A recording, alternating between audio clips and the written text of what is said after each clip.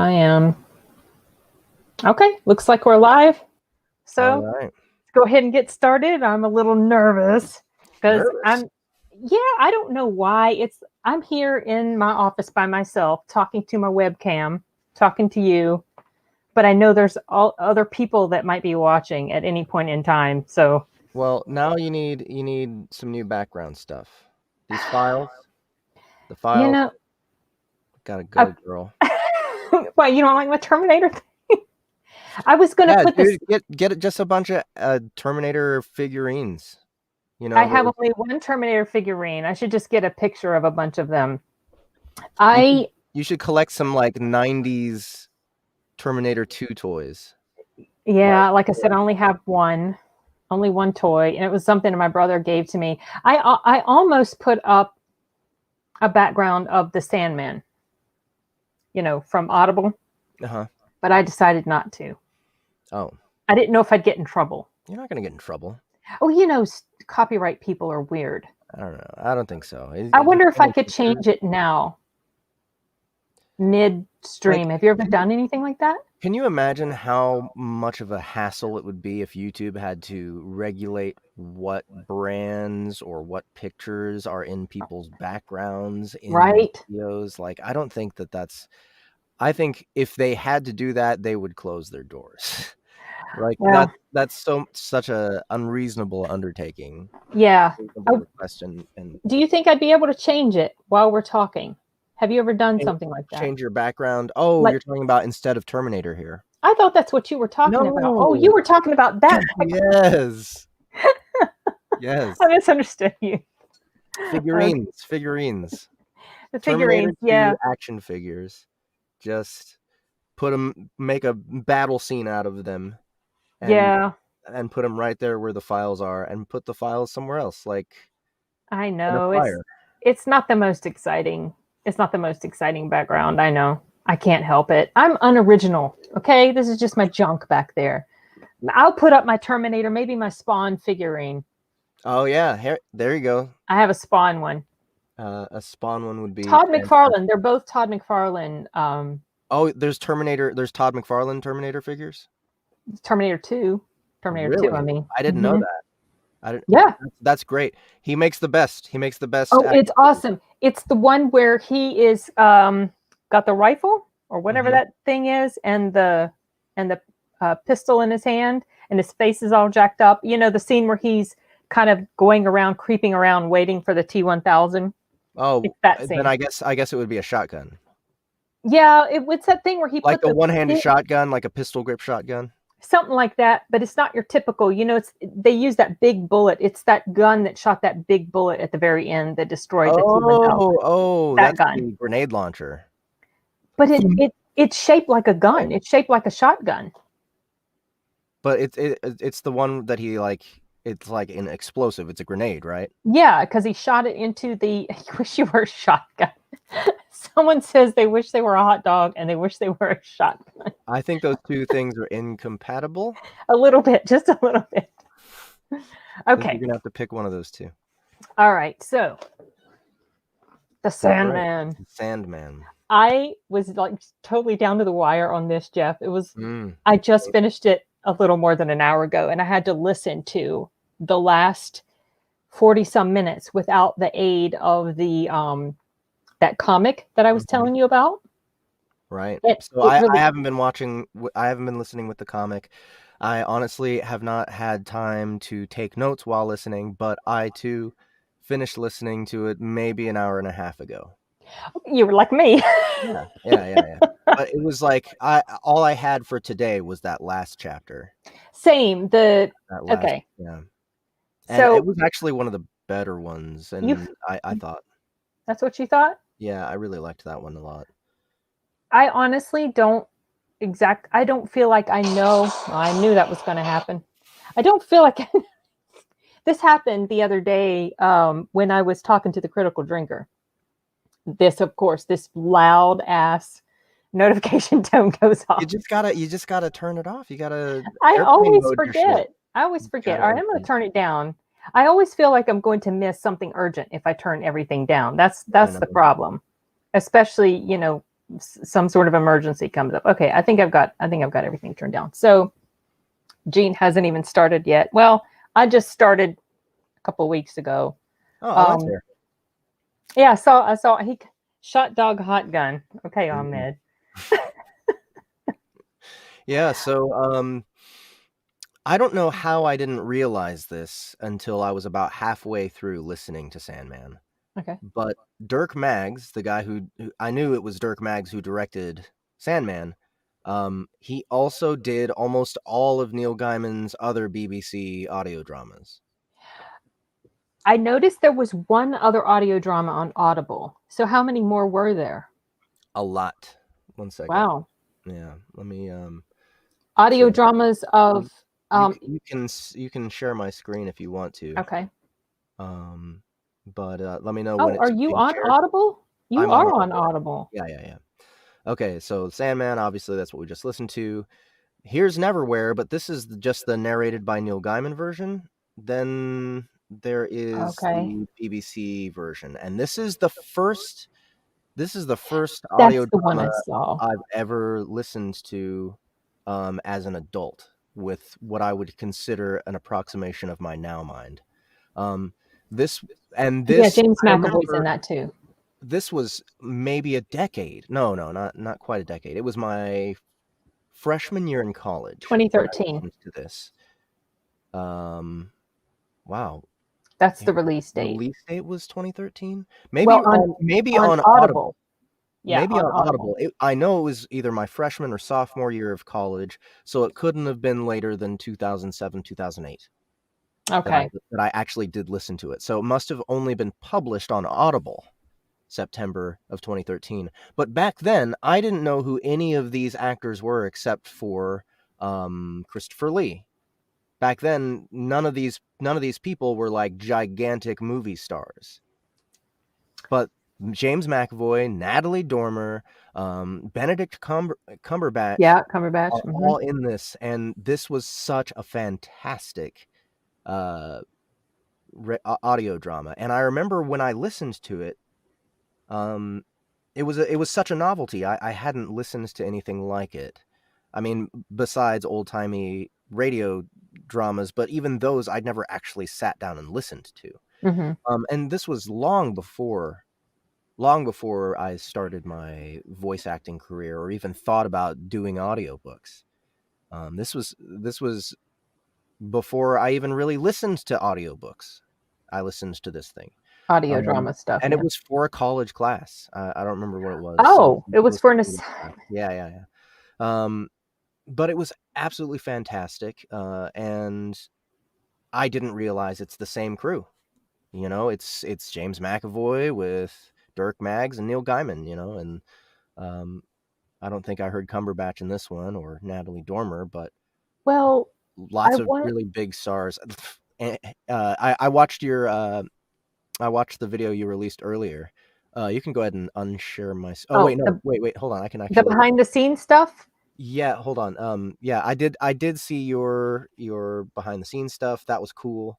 That was. I didn't realize that was Andy Serkis playing as that crow. Well, neither did I. I knew that he was in there because I'd seen his name in the credits, but he's so talented with his voice that I had no clue that was him. But also I didn't know that Taron Egerton was Constantine. Yeah. Or as they call it, Constantine. Yeah, I don't know why. I don't know why they changed or why they messed with the pronunciation of his voice. Is that how Brits say the name? I don't think so. I'd never heard it that way. I have never. Gaiman, yeah. Simon, I also thought it was pronounced Gaiman too, and so it's no. You thought it was pronounced Gaiman. I know. I don't know. Been saying. I used to say Gaiman. I still say Gaiman. I don't know. It's actually Gaiman. So you were right, Simon, but it's been really hard for me to snap out of wanting to call him Gaiman. So if I called him Gaiman, I was mistaken. Yeah, I apologize for any of my Gaiman because they will happen.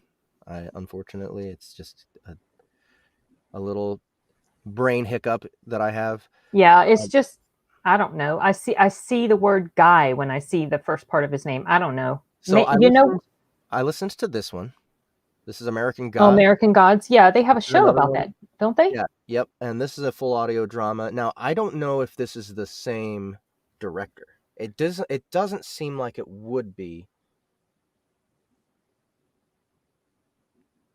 Let's see. It just didn't sound the same. It doesn't sound like the same type of production. The voice direction isn't as good either. And I don't see Dirk Oh, Maggs' name on here anywhere. okay. And maybe So he didn't. I think yeah, this was one I didn't really enjoy. This is one I wish that I had listened to just the Neil Gaiman narration. Hold on. Hi Amsterdam from the US. Yeah. Well, Gregory says Gregory from Amsterdam says hi. hello. Someone said also that Gaiman did a lot of work with Terry Pratchett on his books. Yes, and so I started listening to another Neil Gaiman Dirk Maggs production, which was also Terry Pratchett, and that was The Good Omen or The Good Omens. Hold on, let me find it. It's in here. How many things do you have in your library, Jeff? I have Stardust now. I grabbed Stardust. I haven't listened to it. Is Let's that a see Neil? who's in this one. That This is is also also Neil Neil Gaiman. This Gaiman. is That's BBC, right. and this one would probably be this one's Dirk Maggs. So they go way back. Yeah, they Wait, go this is way back. also this is also multicast then. Yep. I don't recognize these actors. Is that Natalie Portman though? She looks like her, but I don't think it is. Oh no, I don't think that's her. Well, it says full cast, but I would think if it was Natalie Portman, they would have her name. Yeah. One of the first names. Yeah. Especially released in 2017. Okay, so here's the one that I've been listening to today. Terry Pratchett and Neil Gaiman, Good Omens. Is that a show as well? Yes, it is. Yes, it is. That's what I thought. Man, he is everywhere, this guy. He's so freaking talented. Yeah. Peter Serafinowicz is in this one. This is the last Tick. I don't know if you ever watched The Tick, but the latest reboot of The Tick. You know what? Is this the guy that they're talking about? Wait a second. I'm getting confused. Okay, so did you know that they're going to make the Sandman into a Netflix show? Oh, really? Yes. And apparently they've cast somebody as Morpheus, but I can't remember the guy's name. And I didn't know if it was that guy or somebody else. Huh. So I'm curious to see. Well, I heard Neil's going to have his hand in it, so it will probably end up okay. But I had a little bit of a beef with the audio production because, no, not the production itself. The production was amazing. The voice acting was phenomenal. I don't think anybody did a bad job, personally. But some of the episodes, honestly, at least two of the episodes that I can think of felt like filler to me. And one of them was the one about the cats. Okay. And the other was the one about Element Girl. And then the very last one, the one that you really liked, that one felt like a little bit of filler, but maybe not because it came back around to William Shakespeare. Yeah. So I just didn't get the point of some of those. What I didn't like. It seemed to me like there was a theme throughout all of the ones before that. You know, Death gets captured. He has to spend his time finding his missing whatever those, you know, the pouch and the amulet and the helmet thing that he wore. And so that sort of it's like an overarching type of theme that goes throughout the first several books and throughout. And then all of a sudden you've got this one about cats. You've got this one about Element Girl. And I didn't get what was the point of that. Well, okay. So first of all, are you done screen sharing me? Oh, yeah. Oh, you want me to turn it off now? Yeah. I kept it back up. Okay, I'll remove it. Okay, there we go. Back up. Right. So, first of all, I didn't realize it would be an anthology from the get-go. Okay. And maybe perhaps, knowing that it's dream themed, I should have maybe guessed that earlier than I did. But I found myself really scratching my head 3 or 4 hours in, going, where did these characters go? Yeah, they just went How do these away. things connect in the plot? Right. Until and it was then that I realized, oh, this is just a collection of stories about this character that will, eventually come together as like a mosaic of experience for, Morpheus, right? Right. Because Morpheus is the one character that is constant throughout. Throughout, exactly, yeah. One thing that I found and one thing that I think threw me off, was that he was sort of introduced not as if he was the main character that we're following. He comes in maybe like 30 minutes into the thing, and he's like kind of a mystery at that point, and it's kind of about people discovering him or something. It was really, again, even after listening from the beginning, again, I'm They were still foggy on the details of they the were full trying to story. summon him, and as far as the audio length it takes for him to show up, I Mhm. mean, in the comic it's just a few pages, Mhm. but the way they did the audio, he shows up because they're trying to summon death apparently, and then there he is, but you only know of him, they're keeping him prisoner for a Right. good long while before you actually see him, which is when he breaks free. Right. um but it was a little bit, so I'm glad I had the comic to go by, because honestly, I feel like the comic in conjunction with the audio was the perfect combination of ways to absorb this material, because it actually helped me understand the characters and cement them in my head. I think if I was just looking at the comic, because the comic was like that too. Mhm. If you were only looking through the comic and you weren't really listening to the audio and it was kind of sinking in the world and the voices and the sounds and all that, it would be it would feel a little bit disjointed, I think, because in the comic they did do that jumping to a Mhm. person here, and then the next panel would be another person, and then and you're like, whoa, whoa, whoa, and you're just inundated with all these different characters and what's going on with them. Then they show up again, and you're like, well, who is this person now? Yeah. Oh, that's that person that fell into a coma and never woke up. Right. And then And it just eventually occurred to me that, oh, this is not a linear story. This is something that's being patched together. And jumped all over. I wish I had been somehow clued into that from the get-go, so I wouldn't have even bothered trying to follow, Right, a like, storyline, yeah, yeah, yeah, so that I could have just experienced these characters and let them come and go. Um, right. but that being said, now that I understand the intent of how they put it together, I want to listen again. I want to go back and see what I missed.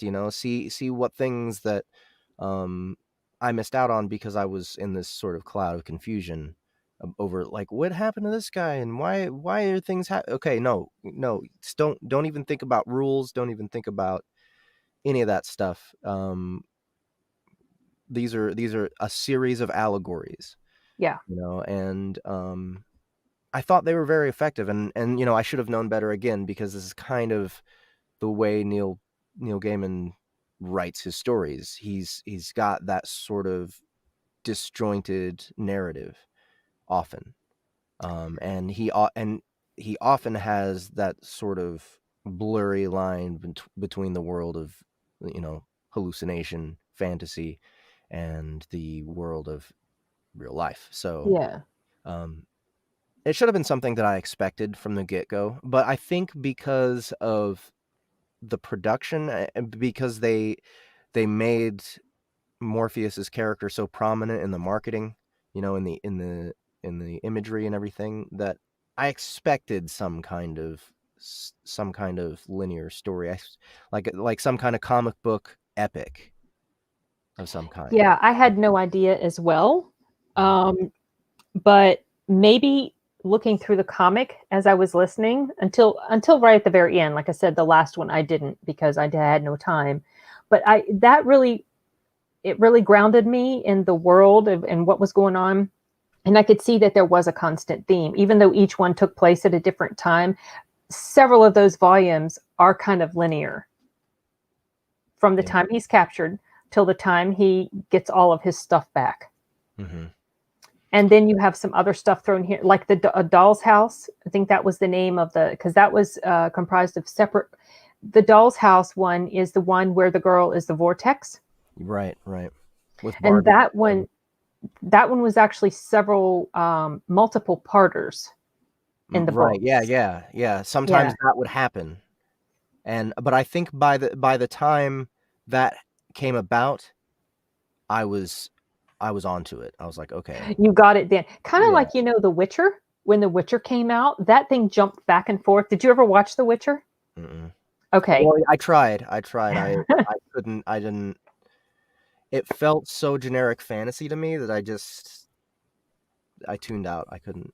Well, it has Henry Cavill, so I tuned in, and plus I didn't know anything about The Witcher, but it did that as well. It was a bunch of jumping back and forth, and I did not realize what the heck was going on until now. If I would go back and watch it, I would get it.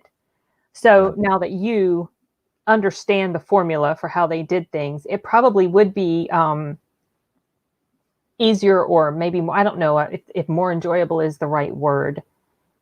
But I do think that you should. I'm going to put the link to the comics up so that if anybody wants to go check it out. Oh, hold on. I need to go all the way back to the very first one. I was on. Anyway, so like I told you, I'm going to put it up here in the chat. Like I told you, because I know how Neil feels about pirating, I didn't feel any guilt in reading the online. I actually was going to buy it, but I didn't realize. I thought it was one whole book, but it was like a multiple volumes. I'm like, oh, I don't have time to buy all. It's not going to get to me in time. And so I went looking, and I found that right there. And it has all of the episodes included in the audio, but they only did the first 20 volumes, the first 20 issues. Okay. There are more. I heard there was a group on Facebook that I went to and saw them doing. They had a discussion about it, and someone mentioned that there was talk about a Sandman 2, I guess, to finish up, because there are so many issues. There were 70 something, 75 maybe. Really? Yeah, it's a lot. So I know how. The one character, and here's the thing, I actually did lose track of a few of these stories. I don't know how.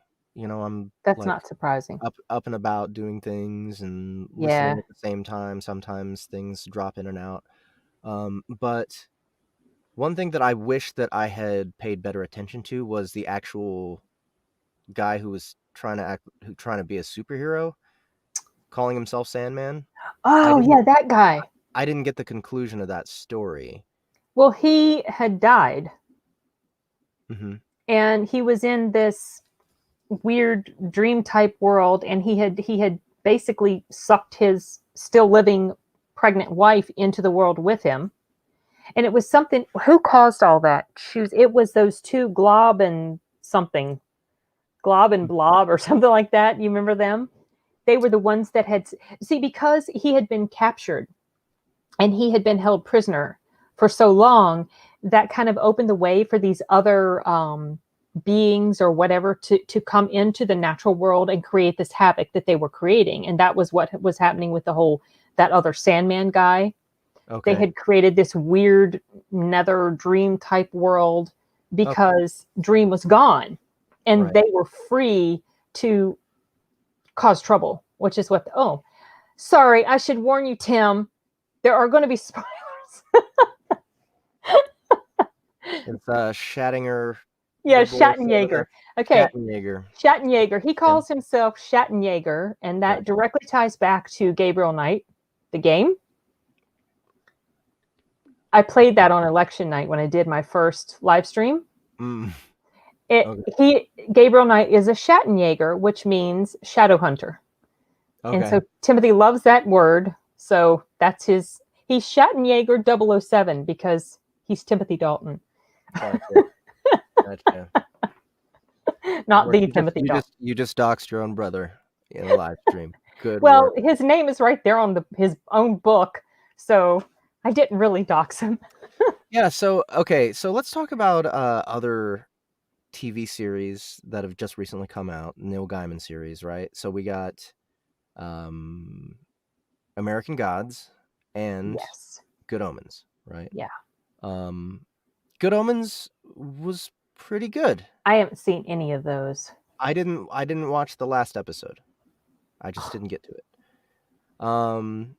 Then there was American Gods, which the first season is incredible. It's super good. Uh-huh. And for reasons I can't understand, the second season didn't pull me in so much.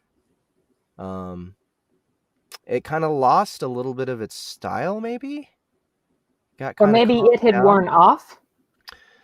Maybe, It but wasn't if fresh. if anyone was going to take care of Sandman, I think it should probably be that guy, the guy who did American Gods the first season. I think first maybe I heard that the second season he wasn't so involved. But have you ever seen a show called Hannibal? I have seen a few episodes of it, but I haven't seen the whole thing. I heard it's really good. It's pretty incredible, and he's the same guy who did the first season of American Gods. I don't, and Okay. again, I haven't done my research on who did season two. He may have had more or less to do with it. I'm not sure, but it didn't feel quite as right. But Hannibal is just so stylized, and in the Yeah. same way that American Gods is so stylized, the styles are very different, but the way in which they're incorporated feels very much the same. You know, very artistic and Right. I was going to say artistic. That's what yeah, I felt about Hannibal, the right. little that I saw of it. Yeah, it's just brilliantly composed, and it needs that kind of flourish. You know, it needs someone who knows how to tell a story Yeah. um, that isn't linear, that can bring in that dream feel. You know, it's really hard to replicate how it really feels to dream on film, but very rarely I think it happens, and I think that he's got the talent to do it. Well, I think with Neil being involved in the production to some extent, I think his oversight will help keep it on the right track. Hmm. I mean, I'm assuming he's going to be pretty well involved in it, as for the Sandman stuff. Hmm. So I was kind of hoping that they would stick to the original cast, the voice cast. Yeah, I mean they would be perfect, I right? think they would be because okay, so the girl who played Death, I think she could pull her off. Kat I Dennings, you wasn't don't I think? was I wasn't I wasn't so into that. Well, I mean, I you got mean what they were going for. It just didn't land for me for some reason. Her performance was maybe this much too wooden. I think I'm just being nitpicky, honestly, but well, it didn't ring true to me. see, someone made a comment on the video that I put up earlier, way earlier today, about how they didn't. I'm paraphrasing something about how they didn't think that they could really get into her whiny voice as the character of Death, and she does have kind of like a really particular shrill sharpness to her voice. That's the thing. I get what I think that the tone of her voice was perfect. I thought that the concept of the character was perfect. Mm-hmm. It's a great idea. I think that the performance just fell slightly short of making it convincing. Yeah, I guess it didn't bother me too much as far as that goes. I was more struck by the differences between their two personalities. So she's deaf, and she was she's quirky and lighthearted and kind of she has these little quips and she's just real kind of nonchalant about everything. Hmm. And he's Dream, and he's all ominous and dark and Yeah, foreboding and and dramatic. serious. And you would think Yeah, that it would be the opposite, right? Because you would think Dream would right. be more But because that's Dream, that's our perception of them, though. It's yeah, like yeah, to yeah, us, dreams are silly, but to the dreams, from the perspective of the dreams, this is them. yeah, yeah, yeah. So really, what we're getting is like a dramatic representation. You know, like I think dreams would take themselves seriously in the way that Yeah. like theater directors, you know, Right. Yeah, like that's a good way. people That's in a good way. acting, people in theater take themselves so seriously, but death is like routine, Yeah, she's just used to it. Just you used know. to it. It's just it is what it is, and Yeah. this is just how it has to be. And oh, we're gonna go stop by this place right now because this person screwed in a light bulb and fell off the ladder. Just it was that kind of thing that was happening. Simon Smith So is asking someone says, "Oh, were you going to read? Did you see their yeah. Well, question?" yeah, you want to just pop it up on the Yeah. So which one? The first one? Simon Smith. Well, it looks I'll like we put the need to. first one up. Okay. How important is it to play to stereotypes and norms in casting audiobooks? And then he's got another question that's Yeah. is it Post this one connected? up. I'll show it. Yeah. I'm wondering if the current push for diversity in filmed media has affected the audiobook world, or if you fear it might. Yeah, I mean, of course, I fear it might. And it's Well, kind of depressing. It's depressing from an independent producer's point of view, because now it's like, okay, I have to go out of my way to like try and make sure people aren't offended by the skin color of an actor, of the person who's doing a voice. of the person who's doing a voice. Right. It makes no Okay, sense. so I can't give that opportunity to that person because they're not the right color. I thought that we were actors. I thought that we Yeah. were supposed to play people that we are not. That's the whole point.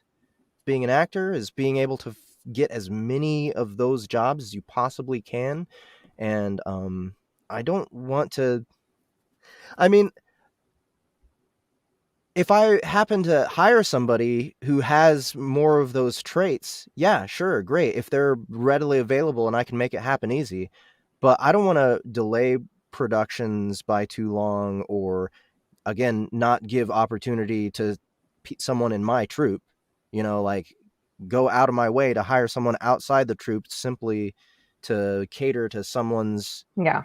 racial sensibilities about a character and a piece of fiction. Like, why, I like my actors, and sometimes they fit things, sometimes they don't, and I don't ever really think about what color they are when I'm trying to No. get a good character out of them, Right.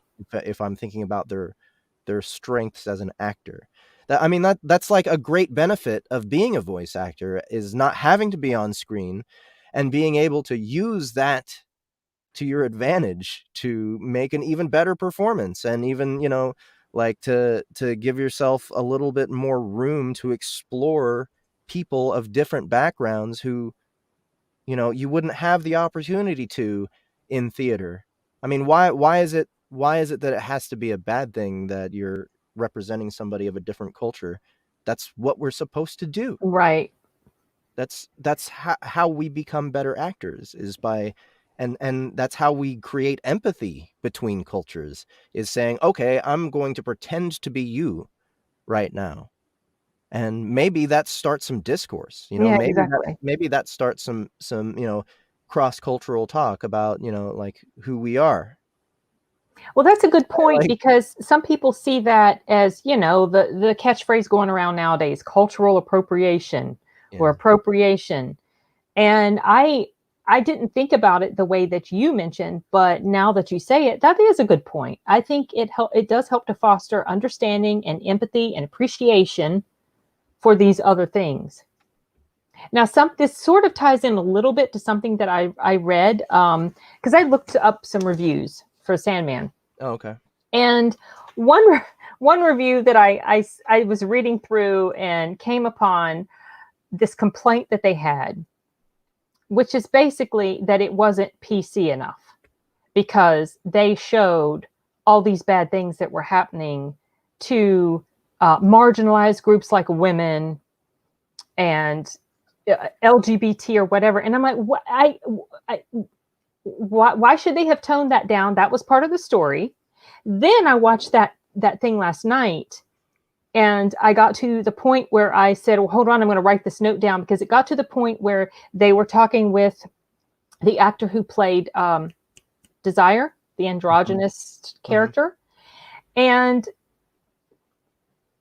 it was mentioned that this book actually at the time that it came out was very appreciated by those groups, you Yeah. know, LGBT marginalized groups, Right. because they had a very significant presence, and it wasn't necessarily that they were being insulted or put down. They were just part of the story, and it sort of kind of gave voice to them, and that was appreciated. So it was like, I was thinking, why would you want to tone stuff like that down? And I didn't feel like, honestly, everybody in there was fair game as far as mistreatment. Anybody was mistreated. Okay, so I mean that kind of makes me want to talk about that one, the Muse one, right? The Muse, Uh, yeah. Calliope? so yeah, Calliope. Okay, so that was a pretty obviously it's a disturbing story. And it was, and like you said, it was back 30 years ago, right? When the comic came 89 out. was when they first came out, yeah. So, I get it. It's like they're they're talking about, what the links that some people go to get what they want, and Right. then like their willingness to dehumanize other people. And here's the thing, I can see anyone getting offended by that content, right? It's a woman basically being raped. No, she Um, was. It like she was like for years. yeah, for years and years and years and Hmm. years and years, right? So clearly that's something to get offended about. And I'm sure that any feminist could come out with innumerable arguments as to why that's a terrible unfeminist thing. But that's the point, right? Like, why you have to show those things, you have to show them in a negative light. You have, in order to portray a racist person on a piece of media, or a sexist person or a rapist, they have to do the raping and the racism and Right, right, all that. yeah. They have to do Yeah. that on screen. So what what are you complaining? Why is it problematic to discuss these things? That's basically what's happening. It's like they're even saying these types of people are bad, but you can't portray them in order to do that? Well, it's almost like the complaints put across this perception, or to me it's like they're complaining about it almost as if the material was being glorified when that was not the case. It was very clearly presented as something bad and awful.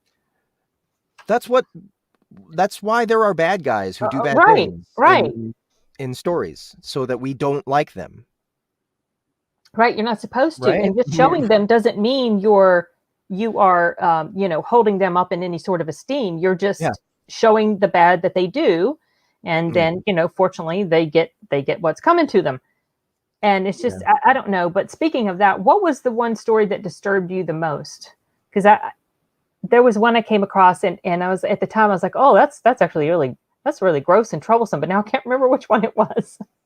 As Um, far as just what the characters were doing. Not that I was offended, because nothing in there offended me at well, all. I would say the Calliope one was the one that I disliked the most. Yeah. And it was because Well, I didn't expect that guy to do that. When he came and he took didn't he her, didn't come off as that kind of guy. he put his coat around her. I mean, okay, you don't see that. You don't see that, but in the comic, when he goes and gets Well, her, but I think it mentioned something about it. okay, yeah, he covered her up with his coat, and he's like taking her home, and I'm like, Yeah. oh, he's gonna take care of her. What? No, first thing he does is rape her. I was like, oh, I, okay, I well, think this is I think where maybe I his think mind maybe is. it could be a commentary on like male feminists or something, that Oh, like, you really okay, think so? they're gonna act like they're, and he even calls himself a feminist. You remember during his interviews, he was like, oh well, Oh, yeah, that's I right. consider He myself does. a, I feminist. forgot about that. And this is after he's been raping her for years. That's I funny. think I I think forgot maybe about. that's what the story's about, like Hi, kind of William. commenting on those kinds of people who like are wolves in sheep's clothing, who like Right. pose, like the people. I don't know. It's kind of like something you got to look out for, like dudes who are too feminist. It's like, okay, what's this game here? What are you really up to What behind the is scenes, really where you're pretending to be all pro women? right. I mean, maybe that's what that story was about. The only reason that I didn't like it, though, it wasn't it's nothing to do with execution or anything like that. I think I'm just kind of tired of that kind of story. I Yeah. feel like that's around a lot. Like It is, but and you know, this was back then, like you say. I don't think that at the time that was done, it was with any sort of agenda right. push, like what happens now, where you see Yeah, certain themes all over the place. And it's like, all right, yeah, right. you know, Yeah, so given that it was 30 years ago, it's not like I'm holding anything against it. It's yeah. just the one that I enjoyed the least, for What was sure. your favorite one? Um, Storyline, which may have comprised multiple episodes. Your favorite storyline? Probably the Constantine one. And That that one was was just one episode too. yeah. I I don't know. I think it was just the combination of those two actors being together. I don't think it had much to do with what was happening in the story. And to be perfectly honest, very there wasn't much of this experience for me that was story based that was what I enjoyed about it. I enjoyed all these great actors hamming it up. Mm, I enjoyed the the sets that were constructed with sound.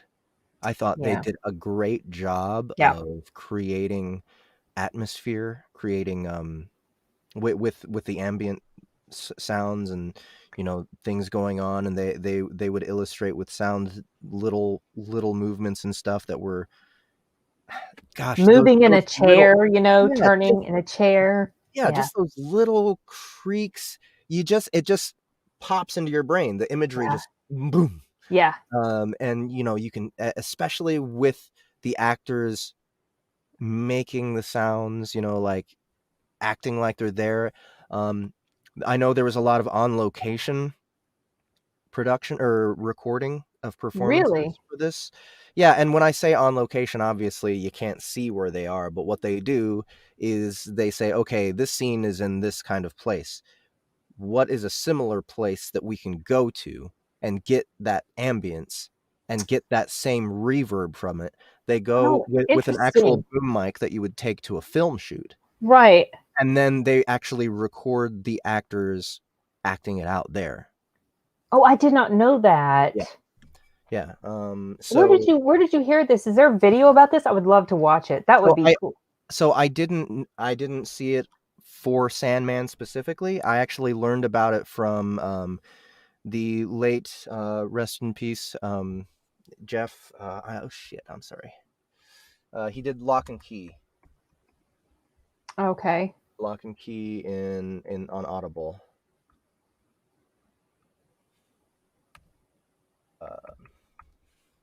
I'm very embarrassed for not remembering his name because I know him personally. Um, do do do do do do do.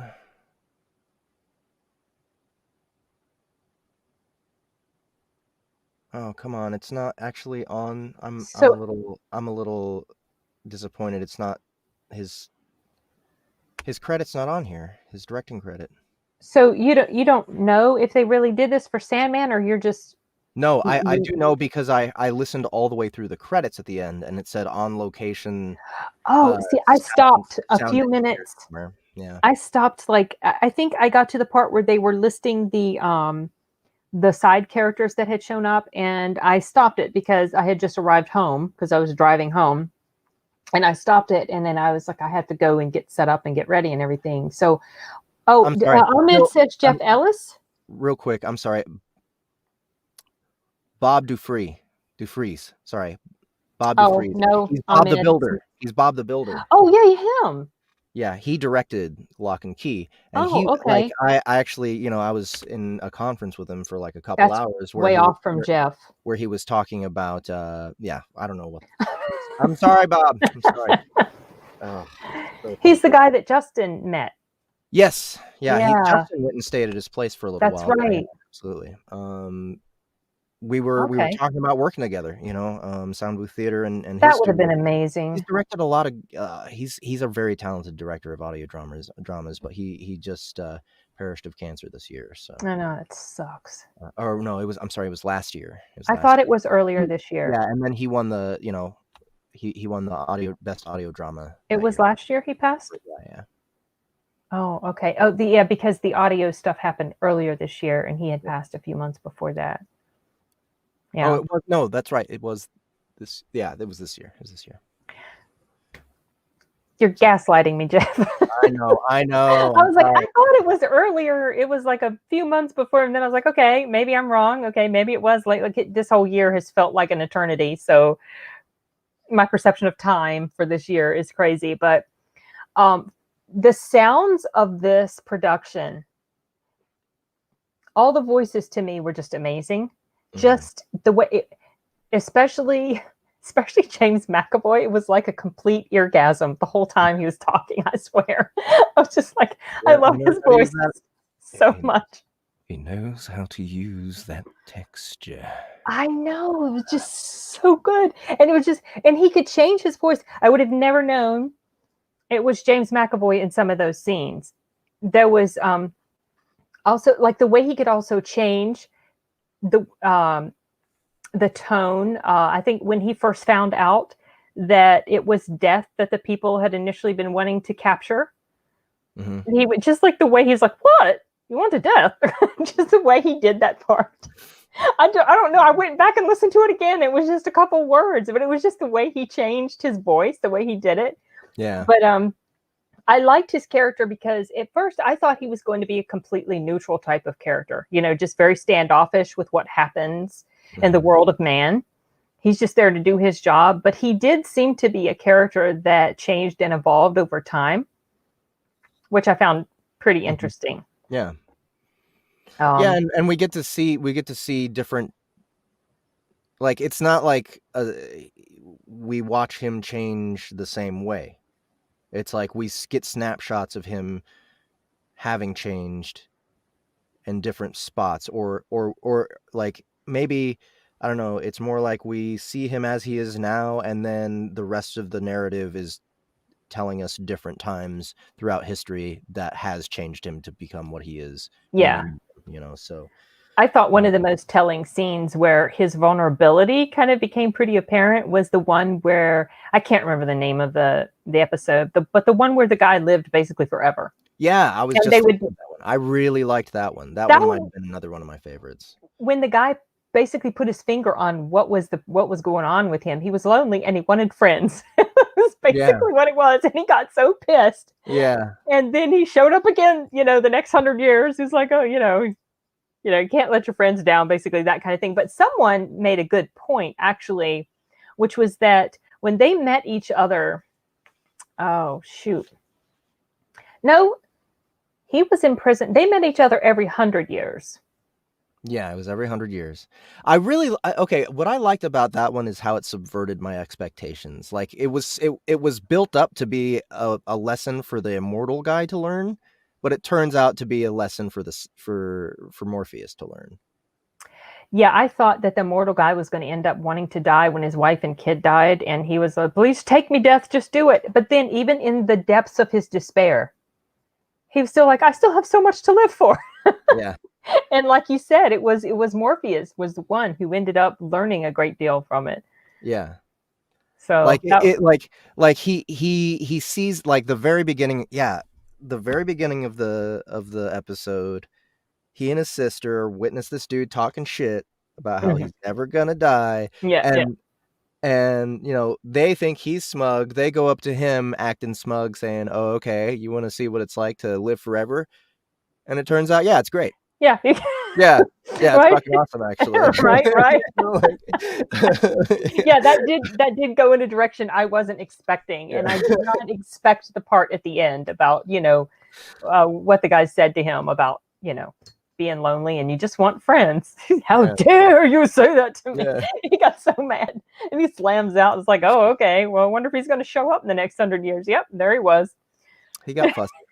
Well, but it was so entertaining. It was great. He had been imprisoned. It was after that. Someone actually in the discussion group that I was mentioning said something about how, what was it? How could he have shown up for the meeting? Oh, how did he make his 1959 meeting with Hop Gadling? But it wasn't a 1959 meeting, I don't think. He went from the 80s, like 89 to 89. So he showed up in 1989. And by then he'd already been free. unless I'm misremembering. I wouldn't put much thought into timelines for any kind of comic. Yeah, I mean, I might be wrong. So it says, I'll meet you again in 2020. I'm sure this pesky Spanish flu won't get in the way of us meeting next time. We well passed the Spanish flu. Oh yeah. But my favorite storyline, actually, and I enjoyed them all, except, like I said, some of them they felt like filler. The cat one was not my favorite, and I did like the one about Element Girl, but I kept thinking, what is the point? Why is this even here? But I think my favorite storyline was the one with the vortex. I like that one because it spans several different episodes. And also, they go to that cereal convention, cereal, Cereal, they were calling it. And at first, I was like, "Oh yeah, it is a cereal," because they thought it was about cereal makers, but no, it was the other kind of cereal. Yeah, that was very amusing. I loved that. I loved the guy who was running the thing with the really nerdy voice. That I was the dweeby guy. Yeah, I was hoping he was making you gag on that one. Yeah, there were some voices that were really gross, Jeff. I'm not kidding you. And I was like, let's just get past this part. I can't wait for a time that like we're together in the same public place. Don't you dare. And no, don't. We actually meet somebody who's got a voice that makes you gag, and you have to do something in order to compensate in this very awkward real life situation. Exit stage left is what I'll do. It's so stupid too. It's so dumb. But yeah, and it hits me. Sometimes it hits me, stupid things like if someone talks and they have a really strong nasal thing that happens while they're talking. Yeah. You know, like a nasal snort or whatever. And if it happens constantly, that starts to really get to me. Someone talking with too much saliva in their mouth, or like they got a mouthful of braces, that bothers me. She quickly pours coffee in her. That's it. Especially since my shirt says coffee is a must. That would be a perfect solution, to pour coffee in my ears. Ahmed said that. Yeah, I don't know. Here's the thing. Like I said about American Gods, I really didn't like the audio drama of that one. But listening to Good Omens, I've only listened to the first 20 minutes, and I recognize elements of the story, and I just like the audio drama version better. Better than the book version, or the TV show. The TV show. Oh, they only have the TV show and the audio drama then? Yeah. Oh, okay. I mean, I'm sure there's a novel. There must be a novel. Terry Pratchett and Neil Gaiman. But right. Yeah, I don't know. I felt like there was more substance in the audio drama version. See, audio dramas aren't really my thing. Which, I mean, I've expressed that to you before a few times. So I got this thing. I used a credit on it because I'd seen the trailer and I was like, oh, I'll try it. And then it comes up during the discussion where you suggested that I should listen to it just to kind of develop an ear for that sort of thing with regard to our own productions. And I did really, really enjoy it. But I think still my preference is just book related, just pure audiobooks.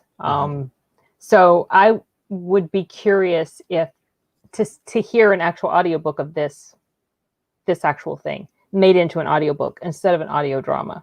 Well, I think one problem with that is it would have to be novelized because it was written as a comic book. It was. And they sort of so they took the audio drama and to explain the pictures, to explain what's happening because you can't see it. Well, I could see it, but they wrote a lot of exposition to say, so-and-so is walking in the door and they have on a black trench coat. And he's describing all this because you can't visually see it, which helps a lot. But I felt like that also helped as I was looking at the picture, because sometimes I couldn't tell quite what I was looking at because the art, sometimes things weren't very clearly shown in the artwork. Yeah. So tell me more about experiencing the audio drama with the comic book, and is that something that you would try with a different story?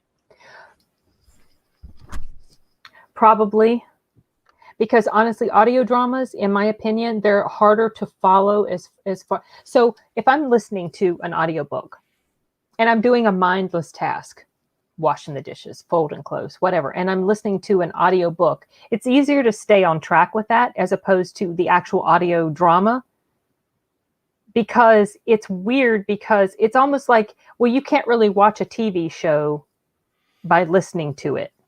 Mm-hmm. That sort of thing. If you're not actually watching it, you can't really necessarily follow everything just by listening to the audio.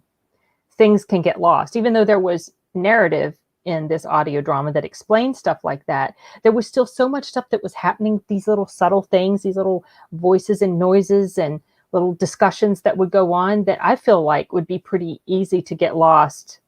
You kind of like miss stuff if you're not fully focused on it. So I actually was fully focused on what I was listening to by looking at it, and I felt like that immersed me in the story much more, as opposed to just Mm-hmm. listening to it. I did not enjoy listening to it on the drive home this afternoon. Oh, really? I was missing the fact that I couldn't sit in front of the computer and actually look at it, because that made it so much more, just, it felt like it had more weight to it. Mm-hmm. And Maybe, so, okay, so what, now I'm not, I would like it if you were to listen to, well, we're going to listen we're listening to, our thing, our Soundbooth Theater thing, Crinkle. we're listening to Kringle Down tonight Crinkle Down, yeah. In just for a little while, like an hour. our Christmas holiday party. I'm so excited Looking to. forward to that, I yeah. really love it, and I want to, now that you've listened to like what is considered the mainstream.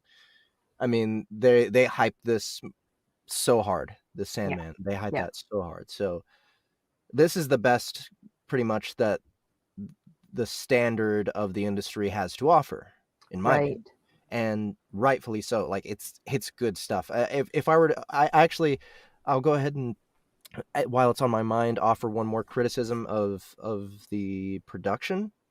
Actually, probably the only criticism of the production itself, Okay. would be there was not enough. The noise floor was too high for the vocals. I was hearing hissing all the time. I was hearing hissing Really?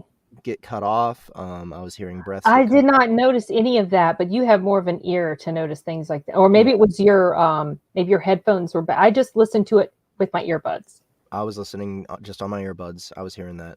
And Really? maybe it's just because my ear is tuned to it, but like I was hearing that a lot. But I'm gonna be honest, that's a tricky problem to deal with. We deal with a Yeah. different problem. We get rid of that noise floor, but now we also have a debreather that threatens to cut off consonants now and then. So it's like, y- y- I honestly would prefer to have their problem over our problem, because at least it doesn't like remove content. Well, I But felt like I could hear a little bit of softening of consonants in James McAvoy's stuff sometimes. And it yeah, felt like maybe they had used like a noise reduction and it had kind of muffled his yeah, in general, I think that whatever was done to treat their voices was a little bit too much in some Mhm. ways. Like there was an over compression that I think they were doing in order to aid James McAvoy's voice in sounding so Okay. sultry. But Oh, he really was, wasn't he? Holy cow. That was like every time he talked, it was just pure enjoyment. yeah, It was so good. so good. But they enhance that stuff. I mean, the same Yeah. thing that I do with my voice when I'm doing like a deeper voiced character. Like you just up the compression a little bit to make it sound I a was little thinking a little more deep, and definitely I they, could tell that the voices were heavily treated, because yeah, I was like everybody but to me it sounded pleasing. I was like everybody's voice sounds amazing, just so phenomenal. Like you could just catch like the richness just yeah. flowed right into my No, eardrums. you're right. You're right, and that's the truth about that style of production. But for me, I would prefer it to step back just a little Back bit, was the just skosh. just a little bit. Yeah. Also, the other thing I wish about the production was, I wish that they would. I honestly, I wish they would give things a little bit more space. How like do you mean? timing wise. I feel like it I was noticed rushed a that little. too. It was a little. It felt rushed, and like this is the kind of story. This is like, I don't know, for me, like an audio drama dream production. Like, and that's, I'm no pun intended here. What I'm saying is, like, you are actually trying to illustrate dreams. You know, you're trying. So really, it's like a feast for the engineer to just create all these amazing soundscapes and to tell this story with a little bit more of um a, a slow pace, you know, and just kind of let the listener sit in the soundscape a little bit and wander. And Yeah. you know, I wish that there was some kind of fun Pink Floyd type of transition between each story, you know, where we're just being treated to some nice music and like maybe You some feel like it sound. flowed from story to story too quickly, or from, see, what I was noticing was Yeah, things like sometimes I felt like people would talk too quickly after talking. something had happened. I was noticing some timing, things like that. I didn't notice much of that. More just like they just scrunched things too much in transition from scene to scene. I see what you mean. Yeah, Uh, yeah, that yeah. To let the moments breathe, your brother yeah, said.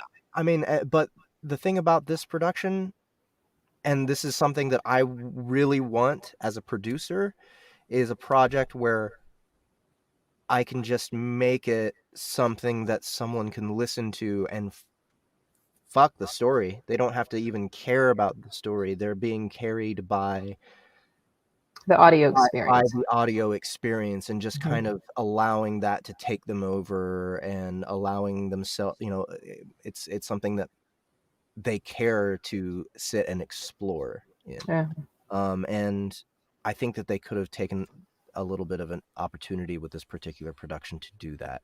It would have been, I think it would have been appropriate and thematic, and it would have added a bit of weight.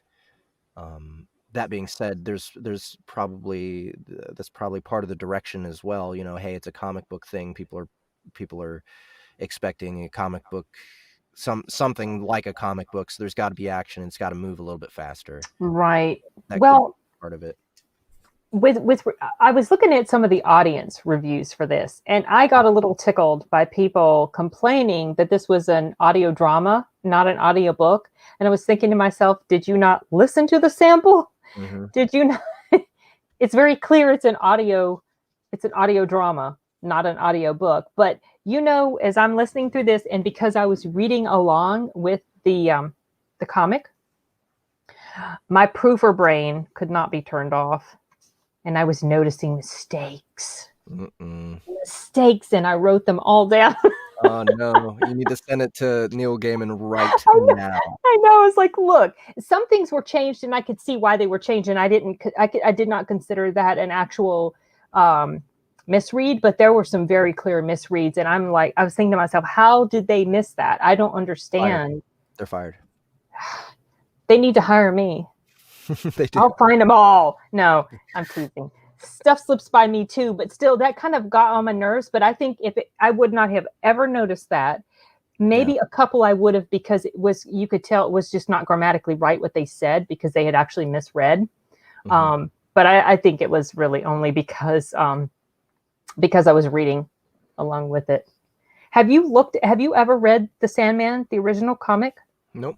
You should go check out that link I sent Yeah, you. yeah, yeah. Look at the I will. artwork and everything. I will not. I mean, just looking through a little bit of it, I'm intrigued because the artwork is pretty cool. You know what it reminds me of? It reminds me of Todd McFarlane a little bit. See, I don't think I've ever looked at Todd McFarlane's stuff. As far as I know of his toys, but I don't think I've ever seen Yeah. his stuff. Todd McFarlane, I don't think he likes, I think Matt told me that, or maybe it was Tim, I can't remember, that he doesn't like to do the artwork. He doesn't like it particularly. Oh, he doesn't like drawing. Yeah, something like that. I don't know. It's I've never heard that from him. He's fucking great at it, and he was a pioneer in this field. You know, I couldn't tell you what is a McFarlane piece, except for maybe the I'd be toys. able to. If you were to point to like some, and you're like, which one's Todd McFarlane?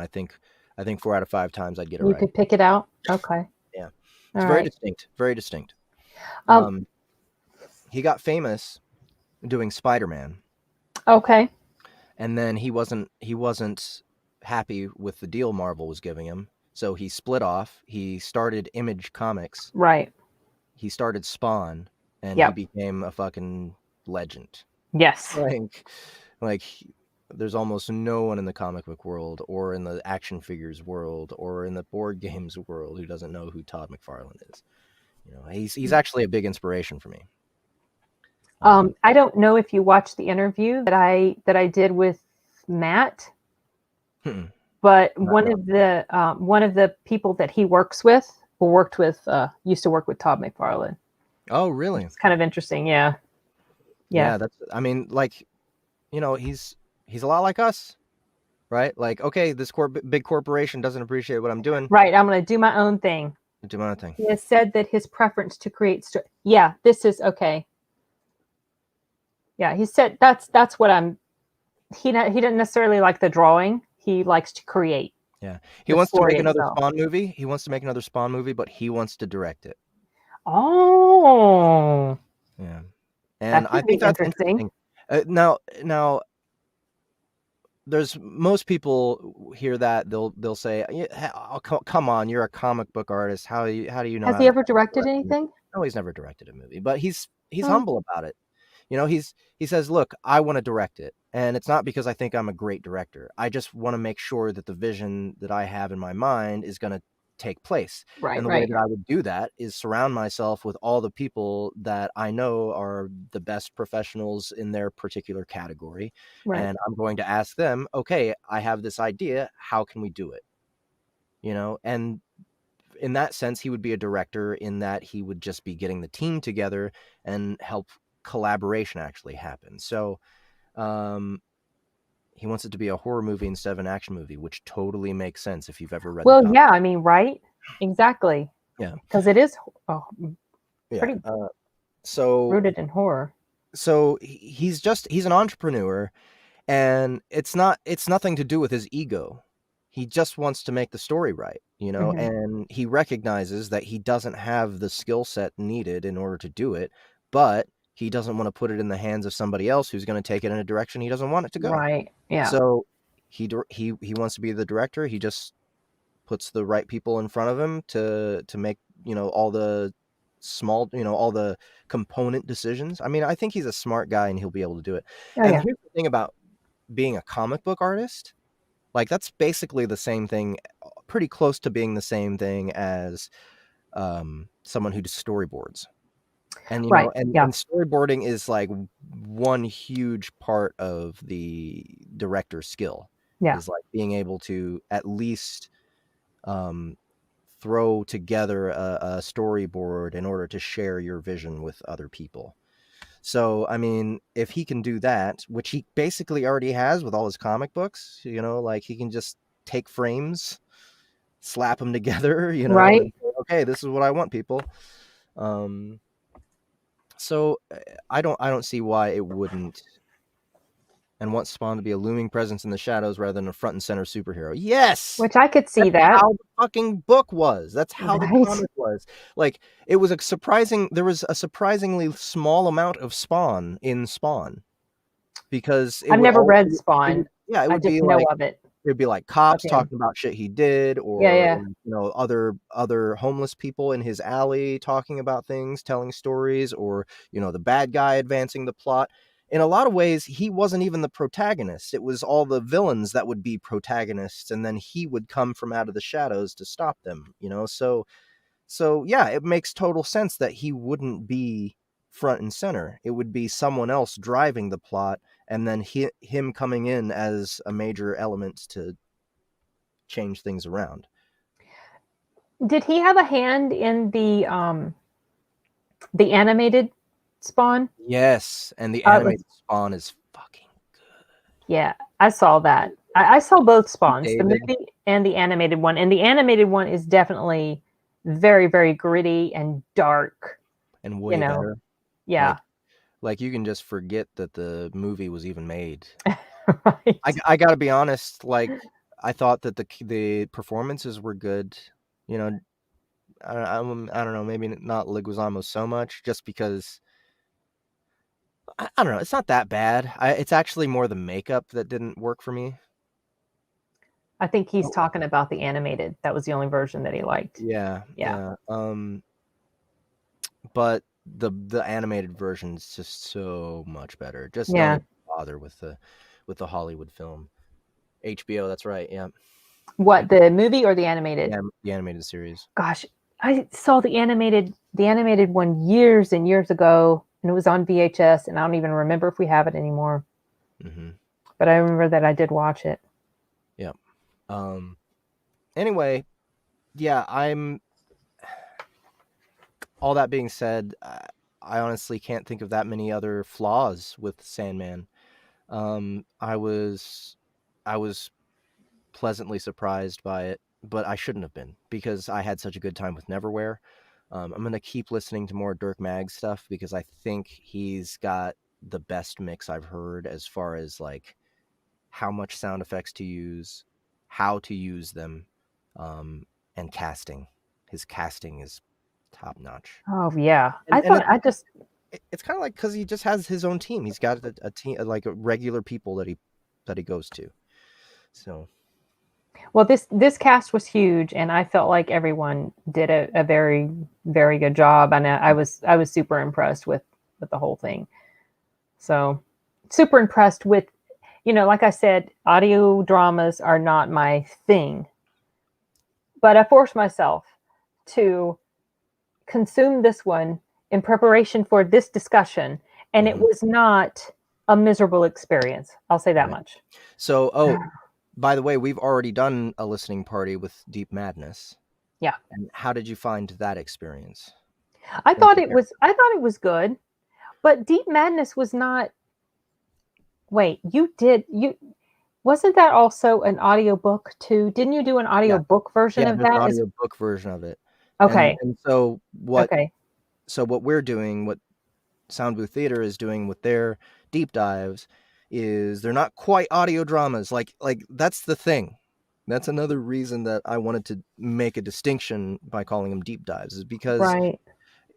I think that there's probably a core contingent of the audio drama community, producer community or listener community that sees audiobooks with a lot of sound effects as not an audio drama because there's just too much narration. I see. And Yeah. I think that's fair, right? Like it's fair to delineate your, definition of things. That's why that's another reason why I wanted to come up with a different word for it. But um, I think there's something to be said though about having an audiobook having more narration. And number one, Mhm. it takes some of the production cost away. Number That's two, true. number two, it's something like what you said that when you're doing other stuff, when you're trying to do mindless activities, um, the narrative is like the actual narration is going to hold your attention better and Right. help you conceive of exactly what's going on better. It keeps you And more anchored in the story yeah, for yeah, sure. even if the sound effects producers do a really great job, it's still what's the word? It's still something you just have to focus on, Focus on. Yeah, exactly. right? Yeah. Yeah. Like the narration will kind of do the work for you. Yeah. It'll keep a pace, it'll keep this constant voice in your head laying the steps out right in front of you as you're going. Painting the picture for you. Conversations have that same pull. When two characters are just going back and forth, that's much easier to follow than like listening to sound effects and trying to guess what's happening, Yeah. you know? Yeah. So that's more what we do, right? We have more narration. We don't have nearly as many sound effects as are in Sandman, right? I That's mean, true. Yeah. although actually, I don't know, maybe 75%, 70% I of that mean, it was a whole in, bunch. in Deep Madness, Yeah. like Deep Madness is dense with sound effects. It's like Yeah, it maybe is. the densest thing we've done Is Kringle Down more? Oh, so not even as much as Kringle Down? Kringle Down is probably on the same level. Now, is Kringle Down a full-on audio drama, or is it more like deep dive, like what you're... Yeah, it's full sound effects and music. No, it's just me doing voices. But you know how I is. I can make it I sound know like how you is. I know how to make it sound like a full cast. Yes, you do. All these And actors you get. yes. And Harlan Guthrie did just such an amazing job on it. Like with the sound effects. Yeah, like this. Ahmed as well. So this what he... I Wilhelm did hear a Wilhelm scream in there somewhere. But I think to me, the point to me, so okay, so sometimes if you don't have the characters of the voices of the characters cemented in your head, if they're not distinct enough when you hear them making noise or them talking, you may not know exactly what character it is. So that's why the narration helps to remind you who's actually talking. And see, this is another problem I had, because I couldn't, with that last chapter, because the last issue/episode, because I couldn't follow along with the picture. I wasn't exactly sure who was talking. Only a few people in this last one had a distinct enough voice that I could actually tell who was speaking. You know, Puck, I could tell. Sometimes and it was the child, I could tell. And what's her name? Oh my gosh. The wife from the fairy wife. What is the heck is her name? I know it if I hear it. She wanted to take the child. I don't remember. I'm terrible with names. The wife of Oberon. Oh, hold on. It's the name of, I think it's the same name as the Critical Drinker's wife, Tatiana. Tatiana. Yeah, I think that's the one. I could tell her voice because she was like one of the few women there. So, but other than that, and there'd be this gaggle of talking and stuff, and I was a little, I wasn't sure. Okay, he was talking, and this is annoying because I can't look at the picture and I can't tell who's speaking. So, that's one thing about audio dramas too. Yeah, I don't know. I didn't have a problem with that, mainly because I got the sense that it didn't matter. Yeah, I guess not. It was a group of mythical characters talking to each other about a William Shakespeare play that was supposed to be written about them, so it was cool. I thought that last You one like that? was pretty interesting. See, I can't stand Shakespeare, so maybe that's part of the reason why I just... I'm ambivalent about Shakespeare. I think he's highly respect what he's overrated. I'm done. sorry. I mean, he's got the OG status, and that just demands respect right there. But no, I just like the way it kind of circles everything back, and it's kind of thumbing its nose, like kind of comparing himself to Shakespeare in a way. Neil Gaiman is, Oh, yeah. But that whole last chapter is all about ego. Yeah. I thought the kid was going to be stolen. That's what I thought was going to happen. I thought they were going to take the child away, and then he was going to write a Hamlet because his child disappeared. But then they said that his child did die at 11, and I wonder if that was true. That his mother said he'll write a play about you when you die, or if you die, he'll write a play about you, because he was kind of a little bit distanced from his son. But anyway, well, I don't know if you want to try to wrap this up, because we have to get ready for our thing soon. Right, we have to get ready for our party. I need to eat some supper before we do that. So yeah, not much else to say. I wouldn't mind doing another one of these sometime about another audio drama. If you want to, we can stick to Neil Gaiman and Dirk Maggs. If you want to, we can try something else. Up to you. I'm trying to think of some really good... Would it be audible audio dramas, or did you want to go the route of graphic audio? It doesn't matter. Whatever you may be interested in. All right, I'll have to think about it. I have to see.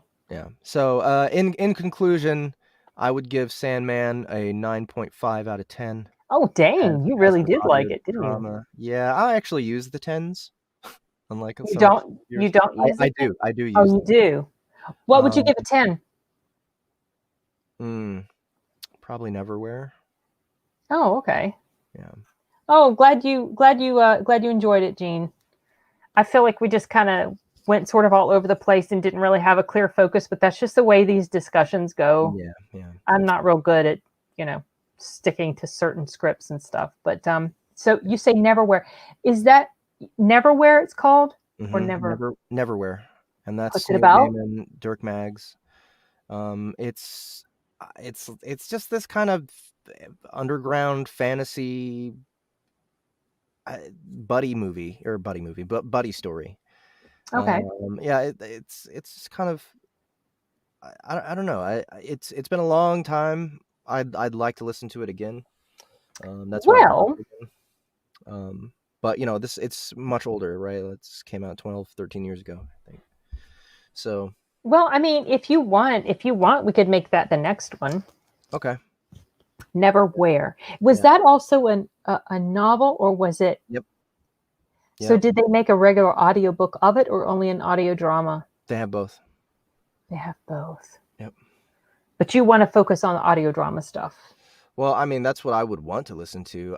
But Okay. I wouldn't bitch about listening to a Neil Gaiman narrated audiobook because he's a great No, narrator. he is a phenomenal narrator. Yeah, I can't get so over good. how good he sounds because most authors they can't pull it off. Yep. Um, Um, but some of them are but yeah, really good. Neverwhere has James McAvoy as well. Oh, here we go. Yep. That's right. It's James McAvoy. Yeah. Maybe I will just go ahead and get the audio drama if he's involved. Yeah, and it's not even 4 hours long. Yeah, I saw it's really short, so it Yeah. shouldn't be that hard to get through. But there's no visual to anchor me to the story, so I almost wonder if I should listen to the actual story, or if it would be more important to experience the audio drama and then maybe listen to the story. Um, I would just, I wouldn't even bother with the audiobook myself personally, Okay. just because I love this production so much. Okay. All right. If and like I don't know, I'm not the kind of person who's particularly concerned about like I'm pretty sure that the dramatization, for instance, is abridged and there's some stuff pulled out Because it of. seems really short for an audio drama. Yeah, so I mean, Well, who maybe knows? Who not. knows what info is pulled out of it? But I don't mind. Yeah. I don't care about that stuff. What I want is the best entertainment possible. Okay. So that's what I'm going to be looking for. All right. So if you still haven't seen it, check out McAvoy in the movie. Oh yeah, no, I've seen that, and he was absolutely excellent in that movie. I still haven't seen it. I want to though. Oh, What? Jeff. Yeah. Oh. Okay. I thought you were gasping at another comment. No, at you. Like Nope. what? Still haven't seen it. Still haven't seen it. You've I'll got get to, to it. if only to experience his performances as these different split Right. personalities. He's so good in there, especially when I'm he does sure. the little kid. He's so I'm sure. funny. He's brilliant. He is brilliant. They couldn't have picked a better Professor X. He looks a lot Oh, like he's perfect. Patrick Stewart. Yeah, he's So he's perfect. I've always thought he was an excellent casting choice for yeah. that role. So Okay, so we won't make a schedule for that particular audio drama because we got the holidays coming up, yeah, we and got the holidays coming we up, have a and I lot of need to get myself a hi. Hi, Sin. Just stopped by to wish you luck, well probably. luck. Thank you, Shane. The stream is about done. Yeah, it's Shane almost. is from oh geez, he's from Ireland, I think. Oh yeah. So I think he's from I get Ireland and Scotland mixed up, but I think it's Ireland. I'm pretty sure because there's people from all over the world that tell me where they're from, and Ireland. yeah, thank you. I'm sorry if I made any sort of offense by getting your potential home country incorrect. Anyway, so okay, Yeah. well, I guess we can Cool. We can wrap this up and We'll wrap it up, and we'll schedule another one sometime. I don't know, maybe in January. yeah, that sounds like Yep. fun. Let me get my hands on the copy first. Okay. And then we can figure out when's a good time. I've got different interviews lined up the next few weeks. So, Great. Going to do that. That takes a bit to edit. So, all right, I'm going to do my shameless self-promotion. Go to soundbooththeater.com, pick up Kringle Down. Yeah, Kringle Down. I'm looking forward to that. Christmas audio or Christmas deep dive. It's just $3, not even 2 hours long. Make sure that only demented children are around to hear it if you listen to it with your family. Let me put soundbooththeater.com in the chat. And I did not proof this, so I'm going into this thing completely blind, and I'm looking forward to it. Yeah, we can even discuss this one as a little appetizer for the next stream if you want to. Oh, okay. Yeah. All right, that sounds like fun. All right, cool. Okay. Thanks, and I'll see you here in a second. Thanks, Jeff. It was fun, and we'll see you in. We got a little bit more than 30 minutes. I'm gonna go grab some supper. So goodbye, everybody. Thank you to everybody who showed up and commented. Appreciate it so much. And hopefully you can join us for the next one whenever we get it scheduled. I'll announce it. So adios.